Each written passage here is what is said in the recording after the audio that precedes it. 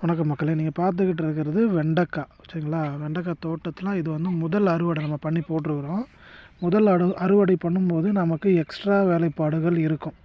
So இது மாதிரி வந்து பார்த்திங்கன்னா இது நல்ல வெண்டைக்காய் தான். சரிங்களா? இந்த நல்ல வெண்டைக்காவாக இருந்தாலும் தெரியுதுங்களா, இந்த மாதிரி வந்துச்சுன்னா வியாபாரிகள் விரும்பி வாங்க மாட்டாங்க. இது நம்ம தனியாக பிரிக்கணும். அதே மாதிரி இந்த பூ இருக்குது இல்லைங்களா, அந்த பூவோடைய இதழ் வந்து பார்த்திங்கன்னா பூவுக்கு அப்புறம் தான் காய் வரும். காய் வந்ததுக்கப்புறம் அந்த பூ வந்து முனையிலே இருக்கும். இந்த இதழை வந்து நம்ம தனியாக பிரித்து எடுக்கணும். இந்த மாதிரி இருந்தோன்னா அதெல்லாம் தனியாக பிரித்து எடுக்கணும்.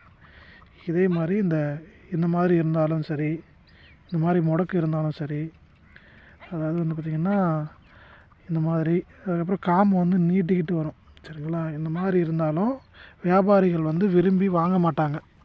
அதனால் நம்ம தனியாக பிரித்தது இந்த மாதிரி இருக்கும்போது என்ன பண்ணணும்னா தனியாக பிரித்து கொண்டு போய் தான் மார்க்கெட்டில் வியாபாரம் பண்ணணும். ஒரு கூடை வெண்டைக்காய் பார்த்திங்கன்னா 200லேருந்து 300 வரைக்கும் வியாபாரம் நடந்துக்கிட்டு இருக்குது. ஸோ அவ்வளோதான் மக்களே. புதுசாக வரும்போது வெண்டைக்காயில் இந்த மாதிரியான வேலைகள்லாம் பார்த்து தனியாக வந்து பிரிக்கணும்.